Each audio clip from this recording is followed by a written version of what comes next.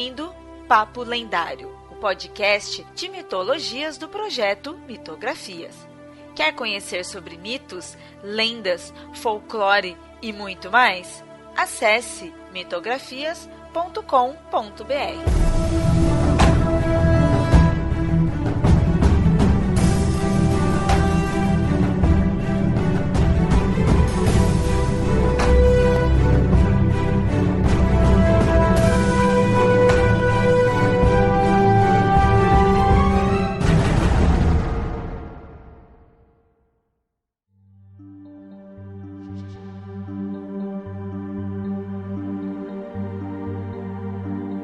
Muito bem, ouvintes. No episódio de hoje, vamos refletir de um conceito comum aí nas mitologias. E com isso, eu tô aqui com o Yamada. Olá, vocês. E com a Nilda. Olá, olá. A ideia desse episódio começou com uma reflexão minha, ao notar a quantidade de deuses de diversos panteões que possuem um aspecto de líder, né, de líder, de rei ali do panteão. Porém, que esses mesmos deuses eles não foram os criadores do universo.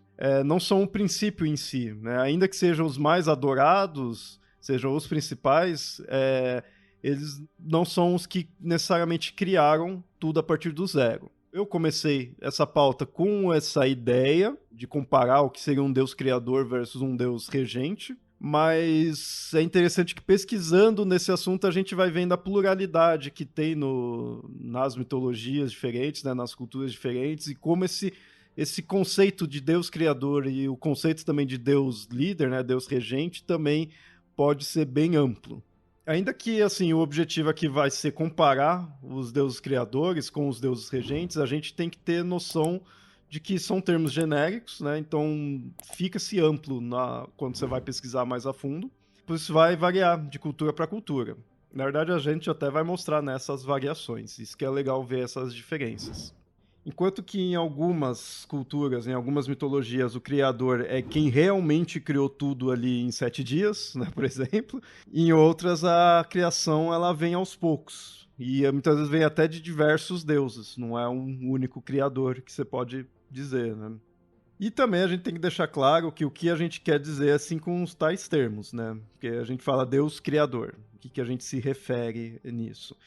Teoricamente seria uma divindade que deu origem ao universo, deu origem aos elementos da natureza, porque se não definir bem, de certa forma, em algumas mitologias, praticamente toda divindade é uma divindade criadora, porque é comum que tenha a divindade pegou não sei o que lá e criou um instrumento, criou uma flauta, criou não sei o que, criou uma árvore e tudo. Então, Deus criador, só por ter criado qualquer coisa, tem de monte, né? Tipo, eu menosprezei os deuses, mas ok. A gente tá se referindo a deuses criadores do universo, né? Ali, criador do mundo. Mas a necessidade da gente definir isso mostra como esse termo é plural, né? E a ideia também de Deus regente, a gente vai estar se referindo àqueles conceitos de ter uma divindade principal. Em monoteísmos, obviamente, vai ser a única divindade que está ali a principal, mas em politeísmo, que é o que mais se encontra na história da humanidade, né, são mitologias e culturas politeístas, é comum que tenha-se uma divindade que seja a mais adorada, ou então é colocado que ela é a que rege sobre os demais deuses, uma organização, uma hierarquia. Então é isso que a gente vai considerar como o deus regente, né? Que seria o deus líder, o deus rei. E também quando a gente for entrando aí nas culturas, a gente vai vendo as variações disso. A princípio parece essa coisa do deus criador que meio que depois não se torna tão importante, sei lá, a ponto de ter ser cultuado sempre, né? Ou mesmo na mitologia ele se retirar para outro lugar. A gente que é criado num mundo monoteísta, cristão, hebraico, a gente acha isso meio estranho, né? Mas é muito constante isso, né? O Deus que se retira, ou o Deus que pelo menos não tá mais dando pitaco, ele deixa os outros resolverem os problemas do mundo, né? Ou os outros que pegam o lugar dele, né? A gente vai ver outros exemplos, mas foi interessante falar aí do o que a gente está acostumado, porque Realmente, a gente aqui, ocidental, está acostumado com essa ideia do monoteísmo e do deus hebraico, ser mais específico, né? Tanto que até, inicialmente, eu queria deixar esse do deus hebraico mais para frente, né? Falar dos outros exemplos, mas é legal partir dele, porque o estilo de divindade hebraica é o que a gente está mais acostumado a ver. Então, claro, a gente que estuda mitologia já vê outros estilos, normal, mas assim, em geral, as pessoas estão acostumadas com essa ideia de é um único deus, ele é o que criou tudo, ele é o responsável por tudo, muitas vezes até tudo é ele, né, ao mesmo tempo, é aquela coisa, né, onipresente, onisciente, onipotente, ele é o criador e por ser também o único é o líder, é o que lidera ali. Por isso que quando a gente vê essas outras formas que a gente vai mostrar mais pra frente, é diferente. Até muitas vezes eu já vi, né, a gente falando, mas peraí, tipo, Zeus, como que ele é o deus supremo ali se teve coisa dele antes? Né? Peraí, ele não é o principal deus? Não é o criador? Não necessariamente, realmente. É diferente, é uma pegada diferente. Porque a gente tá acostumado com esse hebraico que é, ele é tudo. Né? Você lendo a fonte principal de todo conhecimento, né, é a Bíblia, você percebe que até certo, pelo menos no Pentateuco, ele é o Deus onisciente, ele é o Deus que está vendo tudo, é o Deus que criou. Em muitas narrativas, no livro dos Juízes e tudo mais, os juízes e o povo hebreu têm que provar que o seu Deus é um Deus mais poderoso que o Deus do país vizinho ou do povo inimigo. Então, por mais que agora esteja consolidado, né, que é o Deus único, é o único que existe, não existe nenhum outro no judaísmo e, né, na religião cristã e mesmo nas religiões no islamismo tenha isso, no começo o próprio povo hebreu ele não pensava isso. Quer dizer, ele era o Deus criador de tudo, era o Deus mais poderoso de tudo, por isso eles seguiam. Mas existiam outros deuses nos locais vizinhos. Demorou para essa coisa do Deus único realmente existir. Era o que a gente chama de monolatria, né? Eles adoravam um Deus único. Mas tem vários trechos na Bíblia que dá a entender que o Deus único está provando que Israel ganhou uma guerra porque o seu Deus é o mais poderoso que o outro, essas coisas todas. Até essa ideia que a gente colocou aí desse Deus único em si, ele é de uma forma assim, visto no popular atual do Ocidente, né? Como a Nilda falou, se você vai pesquisar na Bíblia, você vê certas passagens ali que mostra, né, que as outras culturas tinham sim seus outros deuses. Atualmente, quando você for colocar isso, de que outras culturas têm outros deuses, seria no máximo assim lá, são falsos deuses, é errado, ou é coisa até tipo do demônio, né? Seria assim, vai colocar, esses daí são coisas do demônio. Ou então, muitas vezes você pode até pôr, não, isso são vertentes da divindade, né? Então Deus é um só, mas para aquela cultura ele se mostrou de outra forma. São maneiras de se colocar que tudo é um Deus só. A interpretação cristã mais recente sobre a existência de crenças em outros deuses é que Deus não se revelou plenamente para essas pessoas, ou o entendimento dessas pessoas, desse povo, não foi suficiente para pegar toda a mensagem de Deus. Entendeu? E quem pegou toda a mensagem de Deus foram os cristãos. Tem um ponto interessante e importante até para lembrar, que toda a humanidade ela evolui. E a gente sabe que os povos antigos, eles podiam guerrear entre si, entrar em dominação, mas você sabe que um povo quando domina um outro, ele não destrói o povo derrotado por completo. É muito raro. Você tem poucos casos disso registrados na história. Ou você pode ter uma aliança. Então, o que acontece quando você tem dois povos que se embatem e têm religiões diferentes? Se um povo dominou o outro, é claro que o povo dominado, a religião dele vai ser suplantada. Então, a religião dele acaba se tornando demônios ou maligna ou algo do gênero. O cristianismo fez isso, mas a gente sabe que os povos antigos fizeram a mesma coisa. Ou você pode ter a unificação dessas religiões. Então, o Deus menor ou o Deus criador vira um Deus antigo que acabou se deixando de lado e sendo substituído por um Deus mais novo. Então eles acabam misturando isso. Por que uma religião tem um Deus criador e um Deus regente? A gente vê isso no registro histórico, ou até mesmo a própria evolução. Eu cansei de rezar para esse Deus, que ele não me responde. mas esse outro Deus menor está me respondendo agora. Mas eu não quero esquecer o Deus antigo. Deus visualiza, mas não responde, então não vou também mandar mais mensagem. Exatamente isso. E é legal assim, eu não sei se tá, acho que não tá na pauta.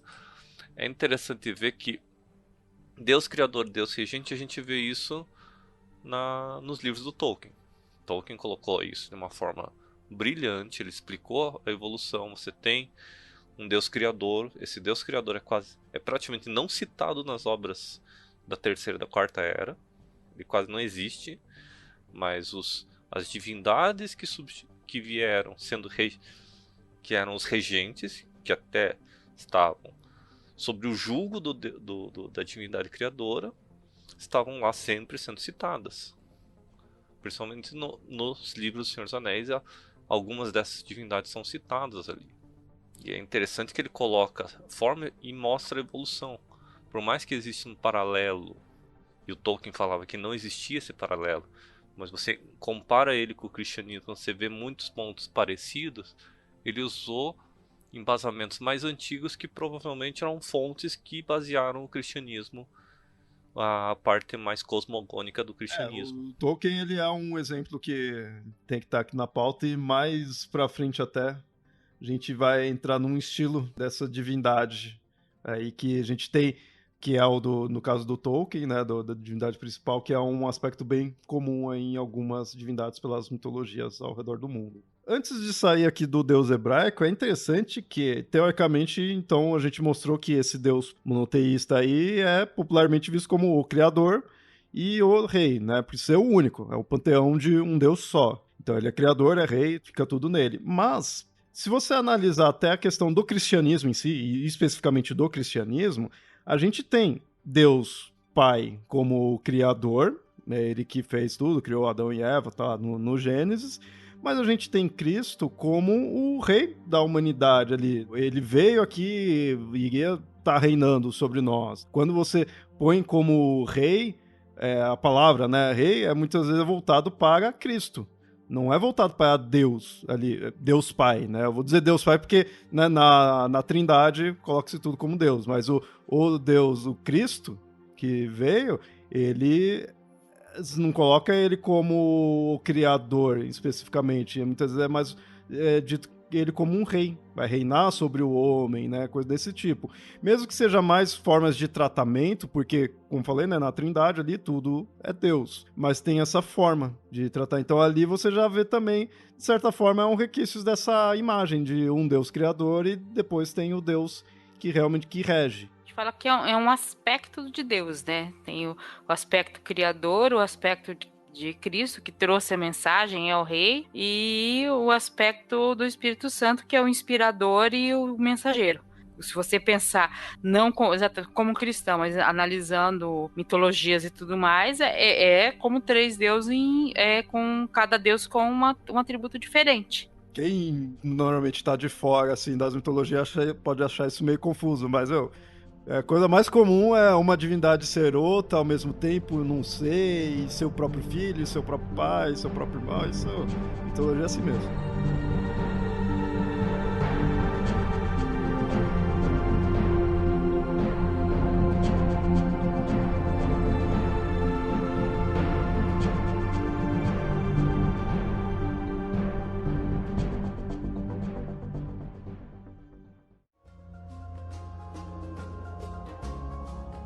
Mas agora, indo para outras mitologias, vamos para aqui a mais clássica mesmo, a única que a gente pode chamar de mitologia sem medo nenhum, que veio de lá a palavra, que é a greco-romana. E ali a gente vai ter um aspecto assim, de que quem são os deuses criadores? Normalmente é dito que seriam os deuses primordiais. Mas ali, falando dos gregos, é bom a gente lembrar de como a gente definiu, né, a questão de deus criador, porque o mais famoso na mitologia grega é a Teogonia de Hesíodo. E lá as criações, elas são feitas de forma genealógica, porque muitas das coisas criadas, na verdade, não são coisas por si só, e sim divindades. Então é o deus tal que teve filho tal, e esse filho é tal elemento, né, tal divindade, tal elemento. Teve o oceano, teve o mar, teve as montanhas, né? São divindades e e os elementos em si. E como eles foram criados? Sendo gerados, né? Assim, de pai para filho, de mãe, ou de pai e mãe para filho, ou de pai para filho, ou de mãe para filho, porque algumas vezes foi sem parceria, né? Então, assim, a gente não tem aquela ideia de um Deus modelador, pelo menos nessa parte aqui, né, na cosmogonia. Não é aquele Deus que foi lá e moldou algo do barro, ou pegou algo e transformou em outro. Não, é que ele teve filhos e esses filhos fazem parte da criação. Tipo, a noite e o dia, eles não teriam sido criados, mas sim gerados.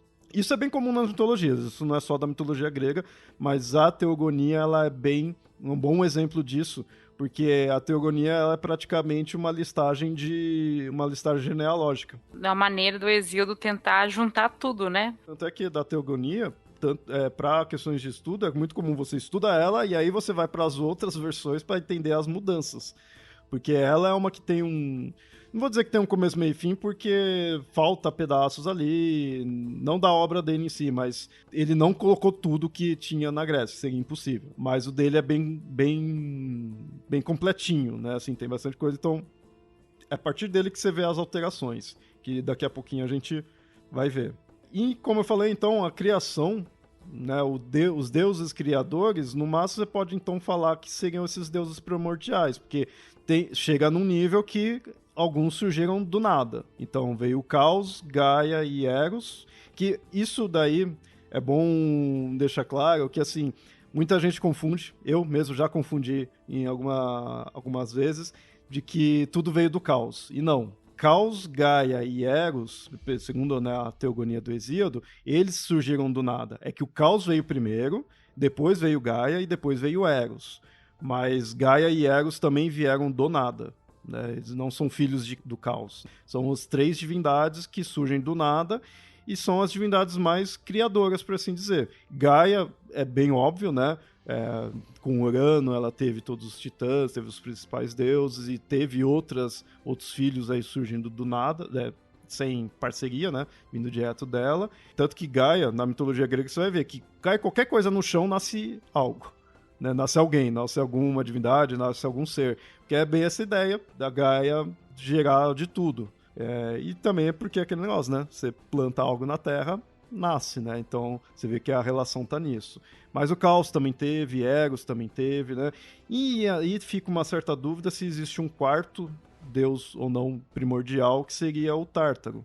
Porque fica naquela dúvida se o Hesíodo estava dizendo que o Tártaro era um local ou era uma divindade. Poderia ser os dois, mas fica na dúvida se de repente ele não estava dizendo só que era um local mesmo, não era uma divindade. E alguns outros autores você vai ver isso variando, né? Alguns tratam como local, o Tártaro, onde ficou os titãs, outros como uma divindade, outros como os dois. Varia. Mas, a princípio, Caos, Gaia e Eros são os deuses primordiais e com isso a gente pode chamar eles de deuses criadores porque eles que deram origem a tudo. Então, a gente falou dos deuses primordiais gregos e na criação, a cosmogonia. Ou teogonia, porque também seria a origem dos deuses. E aí, para quem não conhece, tem os deuses primordiais e em seguida vem Cronos e os titãs, que aí são filhos de Gaia e Urano. Urano vem direto de Gaia e aí os dois começam a ter os titãs. E aquela coisa, né? Os deuses aí, eles são bem os elementos mesmo. Se não é tipo o oceano, é o deus que vai reger sobre os oceanos. Mas é algo bem focado ali no elemento. Depois de Cronos, que aí sim vem Zeus. Isso é bem conhecido, que é a titanomaquia. E aí sim que Zeus derrotou os titãs, derrotou Cronos, aí que ele se tornou rei. Então, Zeus é o exemplo mais óbvio de Deus rei, porque ele não foi o criador, tem pelo menos 2 gerações antes dele, e aí ele derrotou o pai dele, e só aí sim que ele conseguiu reinar. E isso é interessante, isso é bem claro isso. Ele precisou derrotar Cronos para poder ir lá no Monte Olimpo, tipo, sabe, respirar e falar, opa, agora é com a gente, né? É ele para os outros olimpianos.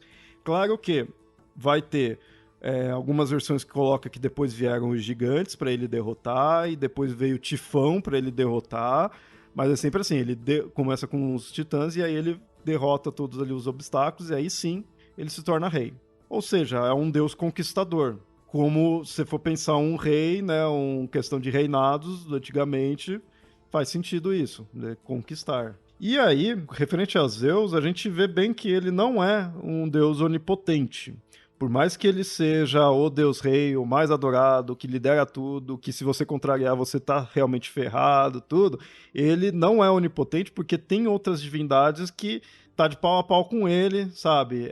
Um exemplo disso é as Moiras, que é o destino. Então mostra que Zeus, ele ainda que seja o deus rei, o líder de tudo, ele ainda tá abaixo do destino. E esses elementos primordiais, né, que parecem ser primordiais, não podem ser confrontados nem pelos deuses a qualquer momento, né? Que é o destino. Eu acho que até mesmo a Hecate, ele não pode ficar confrontando elas, tanto ele como os outros deuses não podem ficar, né, confrontando elas de qualquer jeito ou a qualquer momento, né? Tem que tomar muito cuidado. Isso mostra o porquê que, querendo ou não, os deuses mais primordiais, eles são desses elementos mais grandiosos mesmo, né? É o oceano, é a terra, ou é o vazio, né, que é o caos, né? São coisas extremamente grandiosas. Não é só tipo, uma ninfa de um rio ali, né? Alguma coisa bem mais localizada. São coisas grandiosas. Que aí vai se formando, você vê que a formação do mundo é aos poucos, nesse sentido. Porém, a gente ainda tem a imagem de Zeus, ele distribuindo as funções dos deuses, e aí coloca-se que os deuses que vieram a seguir, é ele que foi definindo, né, muitas vezes. Então, a Atena, a deusa da sabedoria, vem dele, vem por causa de Zeus. Os outros, os filhos deles, tudo meio que ele foi, tipo, distribuindo as funções. Então, tem quase que um quê criador nesse aspecto, né? Não fica o criador tão óbvio, mas fica um pouco nisso daí. Mas muito mais ainda preso à ideia de Deus regente, né? Deus que tá ali reinando tudo. Não seria mais um ordenador, né, do que um criador, né? Colocando ordem nas coisas. Passa muito essa ideia. Porém, isso é a teogonia do Hesíodo, que é mais certinho assim de você ler, mais fácil de entender. Mas a gente tem outras cosmogonias gregas, né? Então tem outras versões. Isso dá para se aprofundar em outros episódios aí mais para frente, dá para se aprofundar em cada uma delas, mas a gente tem muito a ideia de que muda a questão de tudo vir do caos, Gaia e Eros. Tem uns que mostra que veio da noite, a noite que criou. Tem outros que mostram que é do oceano, e aí são variações dentro de si mesmas, né? Tem um que mostra que é a noite, veio do oceano, e aí outro que mostra que ela botou um ovo, e aí que nasceu tudo. Agora de cabeça não vou lembrar aí dos detalhes, né? Mas muda, não fica mais aquela coisa, os três deuses primordiais, né? Caos, Gaia e Eros. Muito disso é culpa do orfismo. Culpa do, né, como se fosse mal, mas não, tipo, vem do orfismo. O orfismo é uma vertente bem específica que teve na Grécia, que tem os mistérios de Orfeu, né, que ele batia de frente com as crenças padrões ali da época. E ele muda muita coisa. Muda o jeito da criação dele, que acho que não põe, que vem da noite, né, tudo vem da noite. É interessante essa ideia das coisas virem da noite, porque a gente começa nosso dia de dia.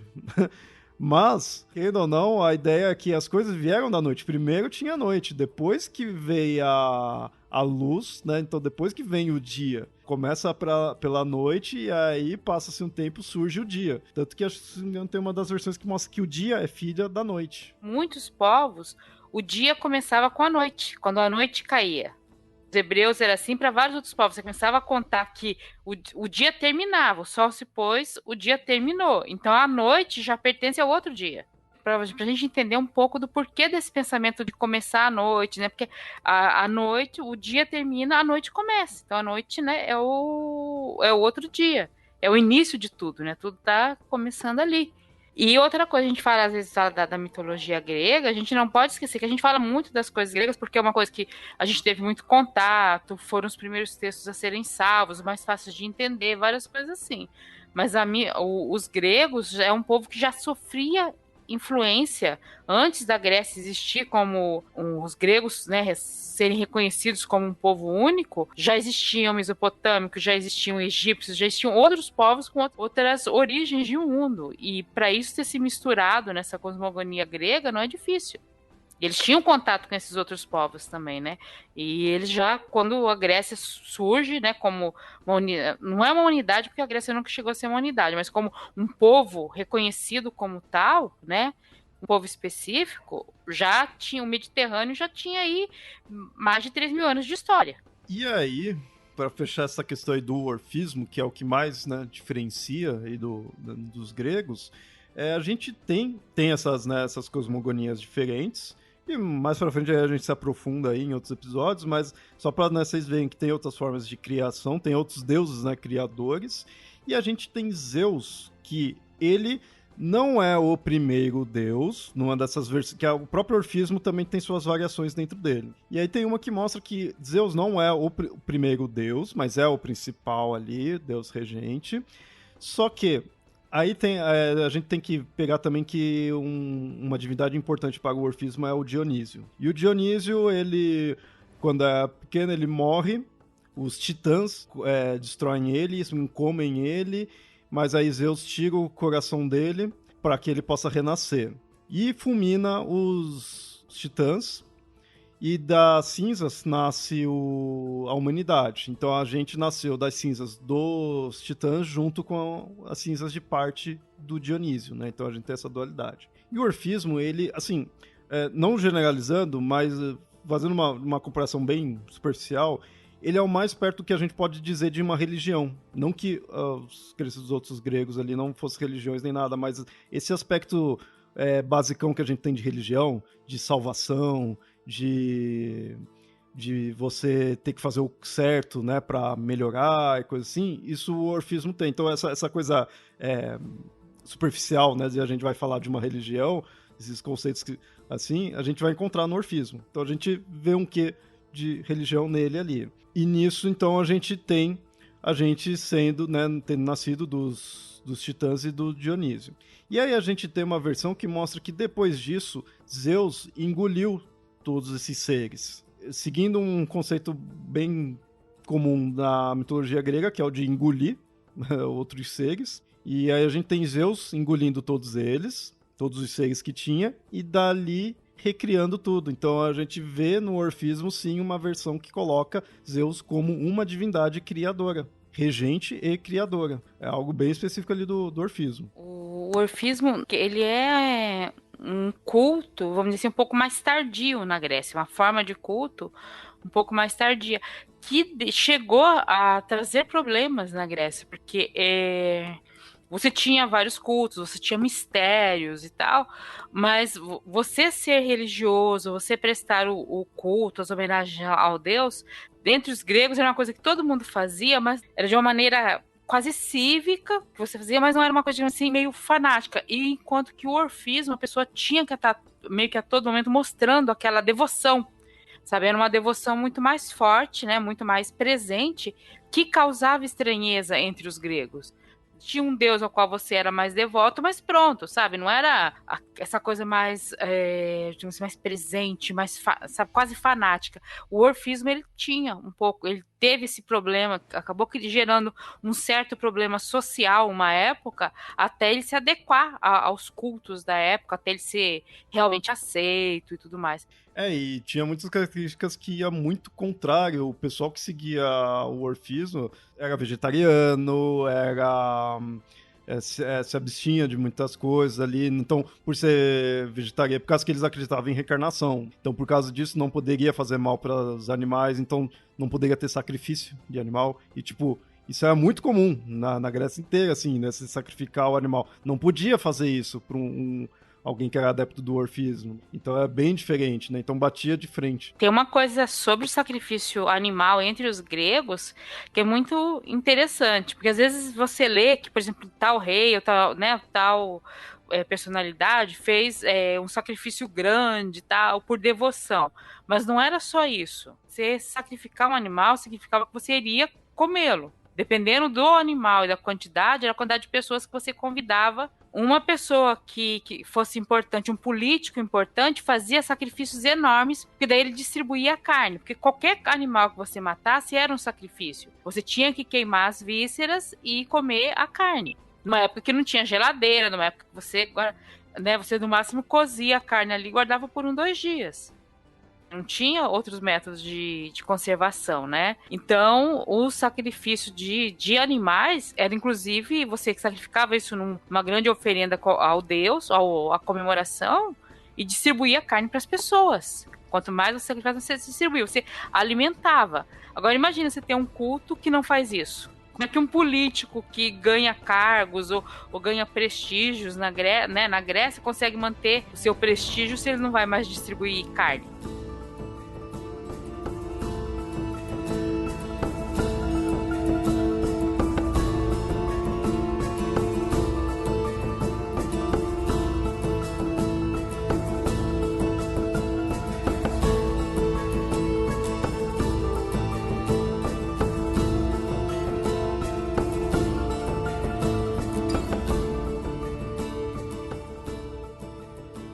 Bom, isso foram os gregos, mas, como eu falei, a gente vai falar aí de deuses criadores e regentes aí de várias culturas, então agora a gente vai para os nórdicos. Bom, eles têm também um aspecto meio parecido com um dos gregos, que é eles têm a sua criação, sua cosmogonia, mas o deus regente veio bem depois. E aí a cosmogonia dos nórdicos é aquela bem estranha, da vaca lambendo o gelo e aí derretendo e aí surgindo o gigante. E aí do gigante nasce outros gigantes, mantém aquela ideia de criação por parto, né? Tá ali gerando filhos e daí que vem, apesar que esses primeiros gigantes não foi necessariamente parto, eles nasceram tipo das axilas do primeiro gigante, mas é isso, né? Um ser veio do outro. E aí a gente tem, isso é interessante porque na mitologia nórdica em geral a gente vê que os gigantes, eles são como se fosse a natureza e por isso que são perigosos, porque a natureza é algo perigoso, é algo que você tem que saber lidar. Enquanto que os deuses ali mostra bem a questão da civilização ali tendo que se virar ali com a natureza e no caso seria derrotando os gigantes. Por isso que a gente tem gigante do gelo, gigante do fogo, né? São aspectos naturais. Então essa é a cosmogonia e aí a gente vê Odin se tornando regente fazendo isso, derrotando o gigante e pegando das partes dele, ele e os irmãos dele, né, o Odin, Vili e Ve, pegando partes desse gigante e montando o mundo. Então aí a gente tem que Odin não foi necessariamente o criador porque tinha já coisas antes, mas ao mesmo tempo ele modelou, ele realmente seria um deus modelador, né? Se a gente não for chamar ele de criador, pelo menos a gente pode chamar ele de um deus modelador, porque ele pegou os pedaços desse gigante e montou o mundo. Ainda que tivesse coisas antes já. Mas é aquela coisa bem, aquela narrativa bem clássica de que um cérebro do gigante ele fez as nuvens, um olho fez o sol, o outro olho fez a lua, os vermes do gigante se tornou os anões, né? E os 3 deuses aí modelando tudo. Então a gente vê ele como um deus criador nesse aspecto. Ele fez uma certa criação ali de mundo em si.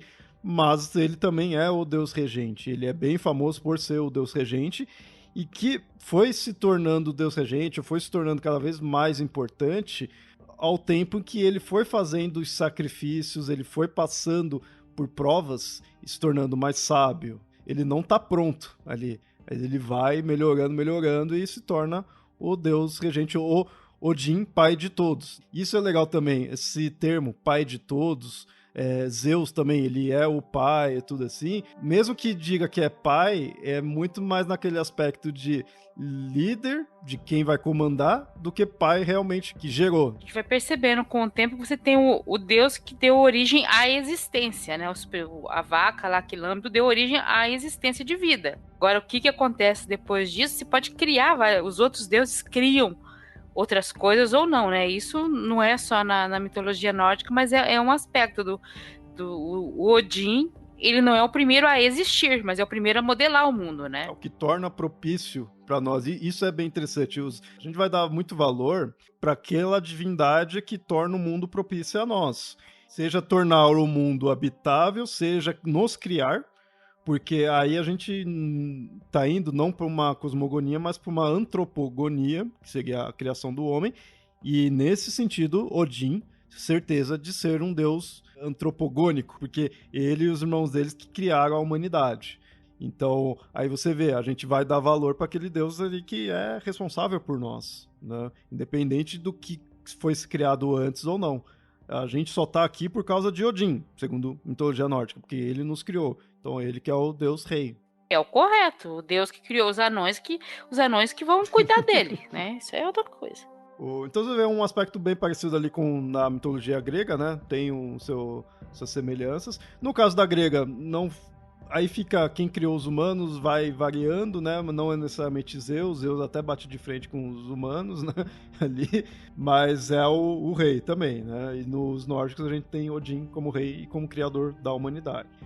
Essa relação de ter uma importância para a humanidade a gente vê muito nos egípcios. Na cultura egípcia, a gente precisa lembrar que tem muitas versões, claro que todas essas daí também tinha, mas da egípcia é muito disso daí.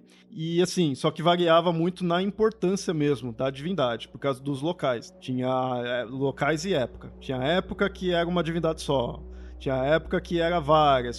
Tinha local que dava ênfase para uma. E aí mostrava que essa uma que realmente era a criadora. Então varia muito. Então, para falar dos egípcios, é legal a gente pegar o mais popular mesmo, o mais básico, o que você encontra em qualquer livro de mitologia. Que é o que Ra, né, o Deus Sol, criou da saliva dele.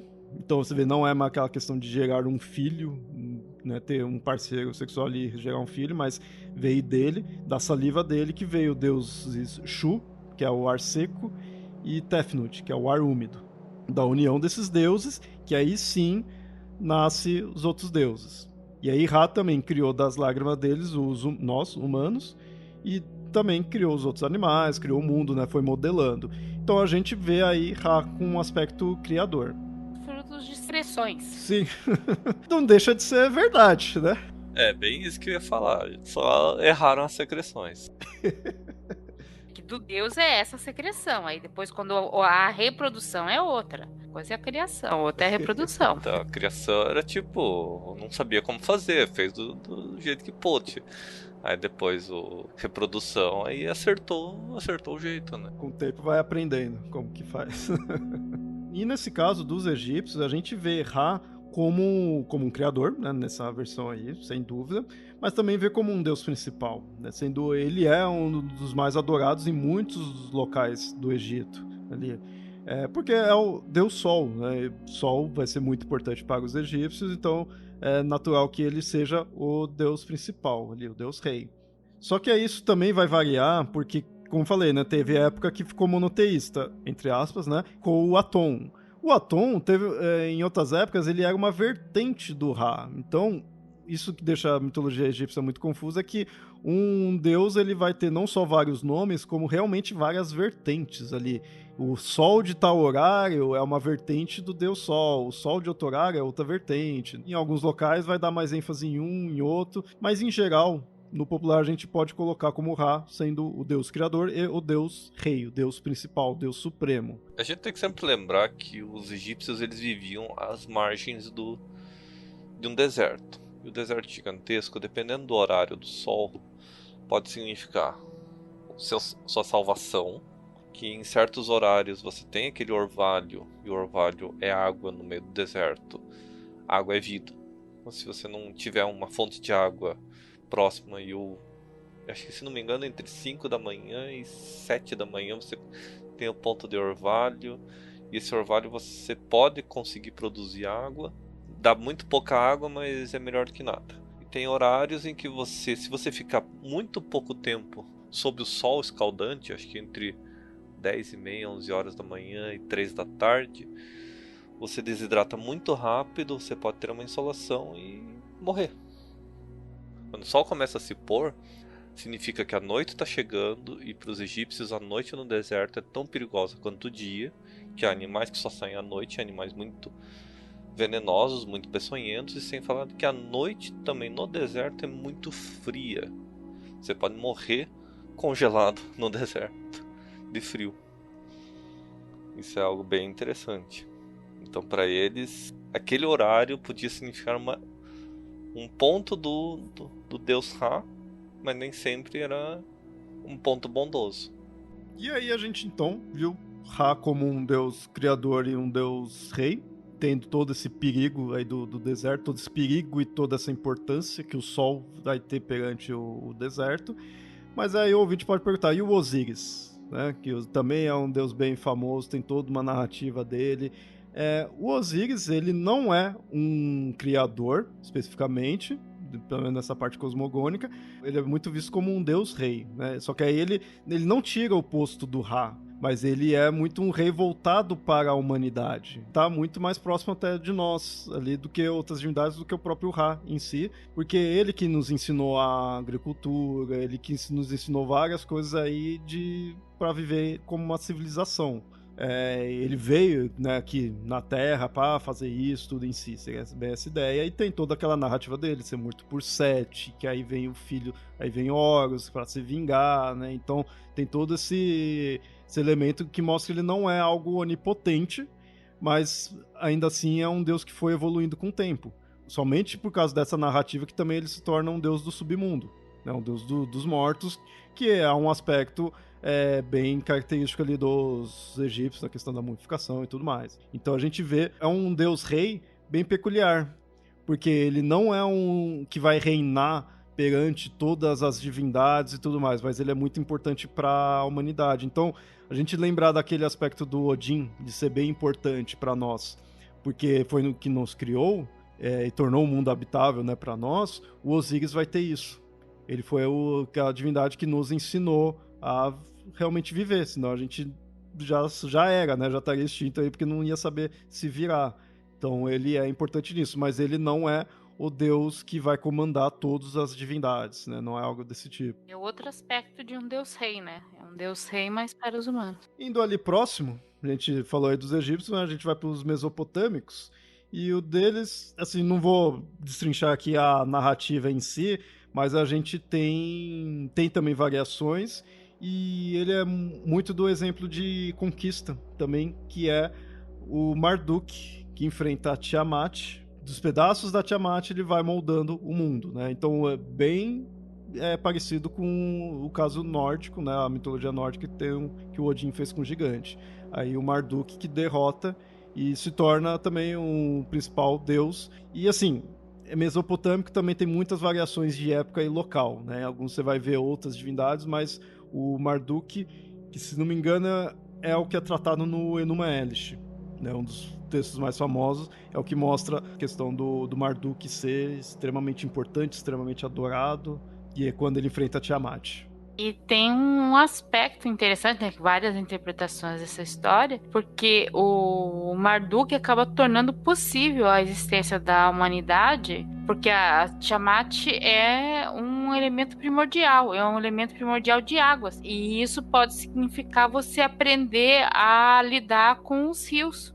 O Eufrates e o Tigre, né, quando eles enchem, eles não tinham a mesma constância do Nilo, era outra constância, mas você domar, né, o rio é você tornar possível a existência da humanidade ali. É o Deus conseguindo domar esse elemento primordial da água, que é devastador, né? Então você saber lidar com isso. Então o Marduk ele tornou possível as civilizações, né? Porque foram várias civilizações ali.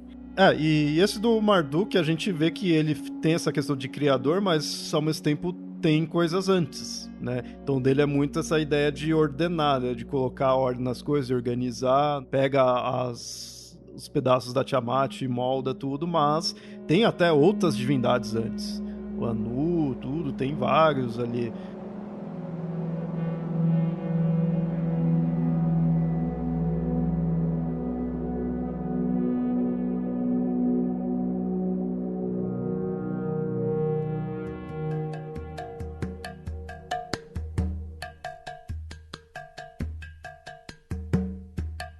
E agora a próxima cultura que a gente tem aqui, que vai falar dos Yorubás. O interessante de falar aí dos Yorubás é um aspecto que a gente vê em outras culturas, mas ela marca bem que a gente tem o Olodumare, né, ou o Olodum, que ele é o ser supremo e criador.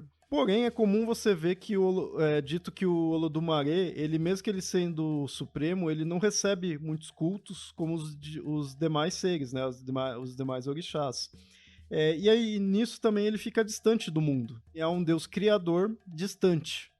Isso é um aspecto que a gente vai encontrar em outras culturas, e outras culturas da África também. A gente encontra isso de um deus criador que criou, mas está lá distante. E aí, com isso, é colocado que o Obatalá e o Dudumá, que são como criadores, mas assim, eles têm conceitos de criadores, mas eles vieram depois do Olodumare. Então, o Olodumare que é o primeiro criador, tudo lá, só que ele fez e ficou distante em si. E aí esses outros também põem como criador, mas criou elementos específicos, assim, né? Aí eles já estão mais próximos. Acho que o Olodumare é o único que nunca veio até a Terra, né? Porque o Orun, né? Porque tem o... esqueci, tem um local onde ficam os deuses e tem o Orun, que é onde nós moramos, né? E todos os deuses, em algum momento, estiveram em Orun, né? E o Olodumare não. Acho que nunca veio. Esteve aqui. E vocês inicialmente tinham falado do Tolkien, ele é meio parecido nesse aspecto, de ter o criador, mas que fica meio que no mundo dele, fora. O Eru, ele é meio estilo Olodumare, né? Ele cria, mas fica lá distante. Aí os outros seres, tá abaixo dele, que vem e vai moldando a Terra, vai criando, e é os que têm contato conosco. Deu a ideia de como criar o mundo, ele deu a ideia de se criar humano, mas ele deu a ideia e os outros que fizeram.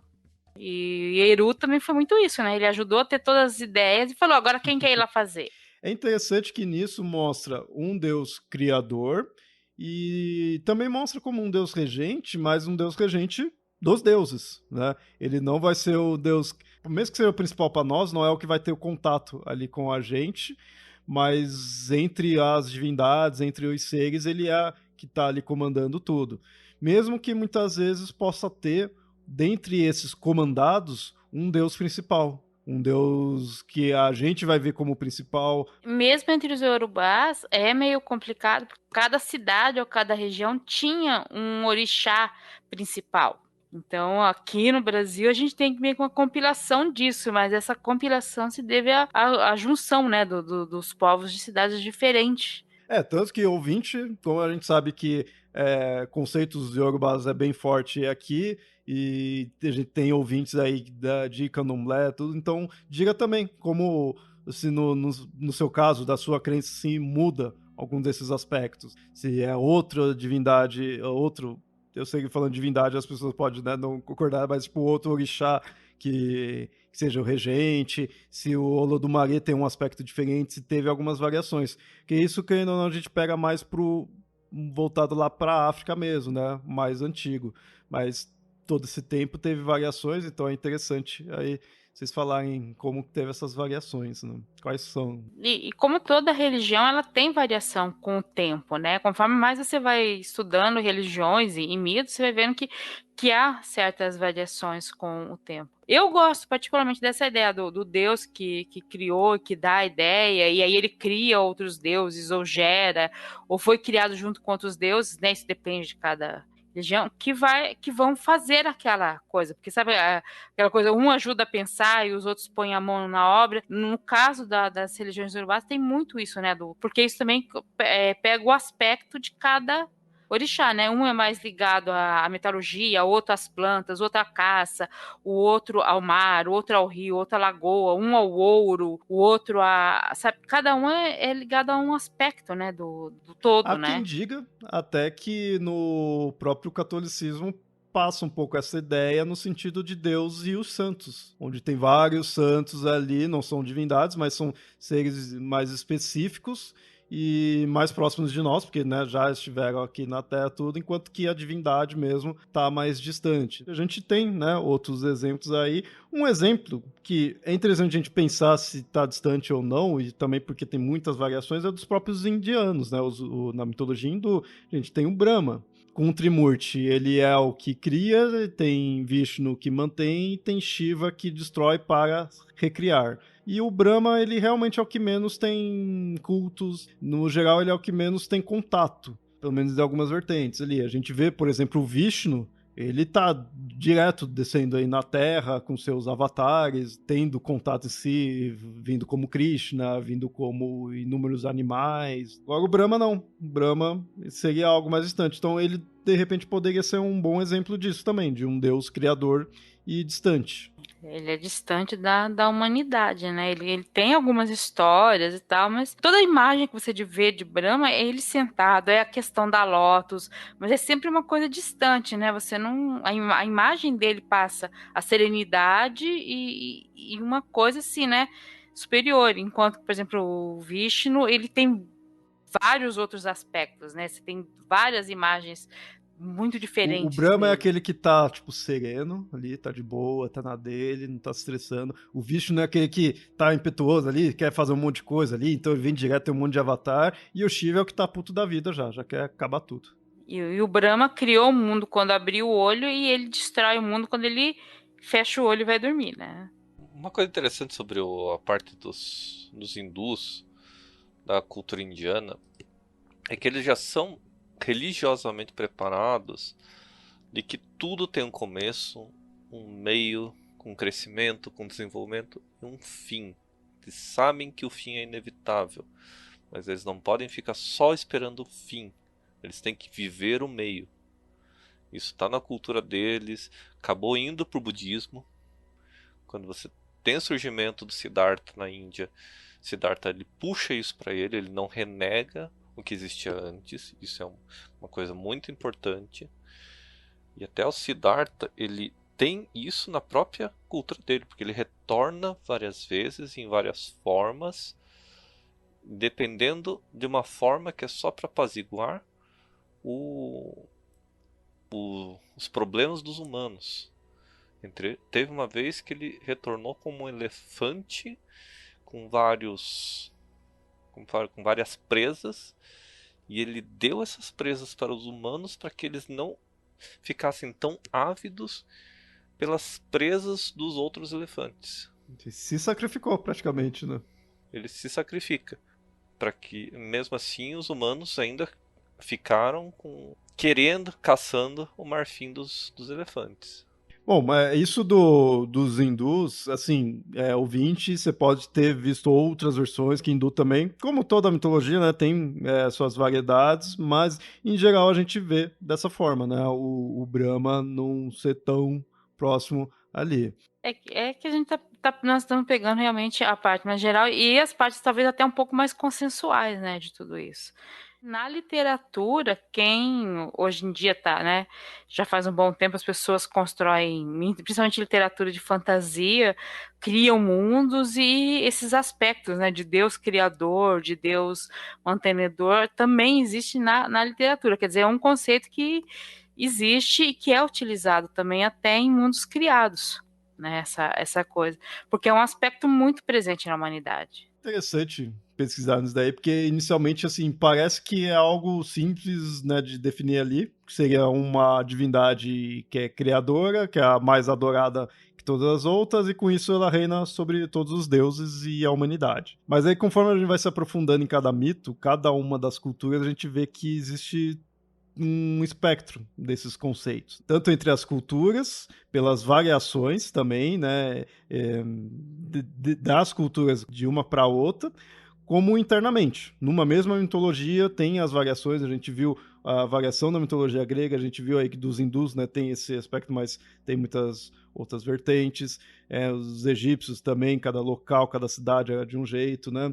Então, assim, na verdade, a gente não encontra um padrão. E, na verdade, a gente encontra vários padrões. É isso que a gente tem. A gente tem padrão nas mitologias? Tem, mas tem vários, né? Não é um padrão só. Um desses padrões é o da conquista. A gente viu aí que se coloca um deus rei como um deus que conquistou o posto dele. Ele virou rei porque ele mereceu, porque ele foi até algo, até alguém e destruiu um inimigo. Zeus destruiu Cronos, Marduk destruiu a Tiamat, Odin destruiu o gigante.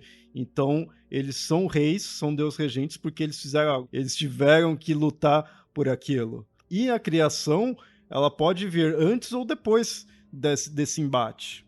No caso do Odin e do Marduk, já tinha coisas antes, e depois deles vencerem a batalha que eles foram lá e moldaram o mundo. E aí também tem outros dois padrões, que é a criação que pode vir do nada, ou então vir de uma parte do Deus. Nesses próprios deles terem moldado, né, vieram partes do ser ali, do gigante ou da Tiamat, ou então veio da saliva de Ra, ou então ele pode vir dessa forma, tipo, cuspiu e nasceu, ou então ele pode ser modelado. Do Marduk a gente vê que foi modelado, do Odin ele foi modelado, então é algo já trabalhado.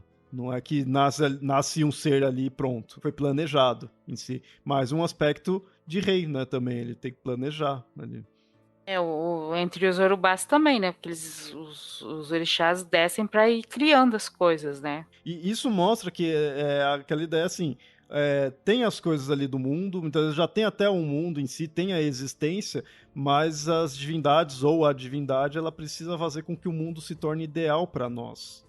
Né, ou pelo menos então para ter vida. Então, você vê, por mais que tenha diversos padrões, diversos elementos, sempre volta para aquilo que nós somos, não necessariamente o objetivo, mas a gente está aqui porque os deuses permitiram ou quiseram que a gente estivesse aqui e fizeram o mundo para que a gente possa estar aqui, ou então até fizeram a nós. Nos nórdicos, Odin nos criou. Né? E aí também a gente não precisa ter uma única criação, ou mesmo que tenha uma que seja a criação cosmogônica, né? Que é comum que tenha vários outros mitos que mostrem a origem de diversas outras coisas. Na verdade, esse que é o mais comum de se ver. Então a gente tem a criação ali, o Deus Criador, como está relacionado ao mundo, ao princípio, mas a gente tem inúmeras criações ali. A gente vai ter no orfismo Zeus recriando as coisas, mas também a gente vai ter outras criações que é o que torna a nossa existência possível. Então a gente vai todo nesse aspecto desses diferentes padrões, indo de deuses criadores a deuses regentes, que podem ser diferentes, podem ser os mesmos, podem ter criações e regências diferentes. Tudo isso só depende da cultura, da mitologia qual que você está vendo.